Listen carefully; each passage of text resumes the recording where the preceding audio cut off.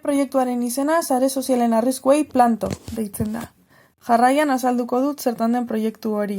Hasteko ildo nagusia zein dan, zer lortu nahi den proiektu horren bitartez, gelan zelan aurkeztuko den proiektu hori eta bukatzeko zer egin daitekeen proiektu horrekin edo proiektu horren bidez. Hasteko proiektu hau laugarren DBH-ko ikasleei zuzenduta dago. Ikasle horiek taldeka lan egin beharko dute, hain zuzen ere laukoteka.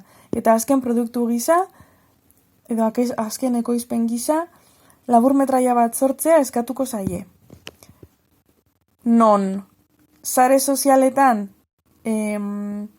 ematen diren arriskuak islatzen dituzten egoerak eszenifikatu izan beharko dituzten. Zertarako bi helburu nagusi lortzeko. Batetik, sare sozialetan ematen diren arriskuak identifikatu eta horien gaineko hausnarketa egiteko, da bestetik elkarren arteko tratu onak sustatzeko. Ez hori bakarrik, helburu gehiago ere lortu nahiko genituzke proiektu honen bitartez. Hala nola, ikasleek euren pentsamendu kritikoa garatzea, eta ez horren beste ikasleek sare sozialak erabiltzeari ustea, baizik eta erabiltzen jarraitzea, baina nork bere burua salbu jarriz. Gainerako erabiltzaileen eraso posibleen aurrean. Eta noski, bide batez, sare sozialen erabilera onak sustatu nahi ditugu. Gelan aurkezteko moduari dagokionez, lehenik eta behin idei jasa egingo litzateke klasean. Ikasleek euren esperientzian oinarrituta eta irakasleak gidatuta, sare sozialen inguruan dakitena jaso nahiko genuke. Horren ondoan, edo horren ondoren, hobeto esan da, YouTubeen ikusgai dauden hainbat eta hainbat bideo ikusiko lituzkete ikasleek irakaslearekin batera. Ikustaldi bakoitzaren ostean, irakasleak gidatutako debatea sortuko litzateke. Eta bukatzeko, ikasleak izango lirateke protagonista euren bideo propioak sortuz.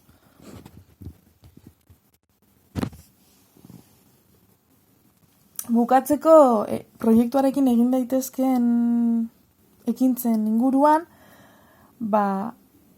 ekintza posible bat izan daiteke ikasle horiek, laugarren DBH-ko ikasle horiek, eurak baino gazteagoak diren ikasleei, lehenengo zikloko ikasleei adibidez, euren lanen aurkezpena egitea ikastetxeko areto nagusian.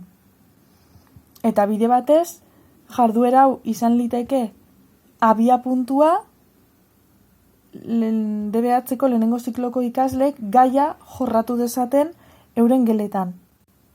Ez hori bakarrik, ikasleen motivazioa sustatzeko, laugarren mailako ikasle horien artean sari banaketa egin liteke.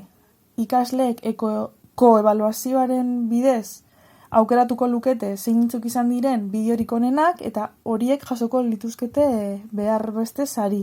Ikasleek eurek aldez aurretik adostutako sariak izango zirenak. Eta bukatzeko, ikasleek sortu dituzten bideo guztiak ikastetxearen YouTube kanalera igoko lirateke. Hau guztia aurrera eramateko, beharrezko baliabideak izango lirateke nahiko gutxi egia esan. Ikastetxeak wifi sarea eduki beharko luke, ikasleek mobila eduki behar dute, eta hori da guztia.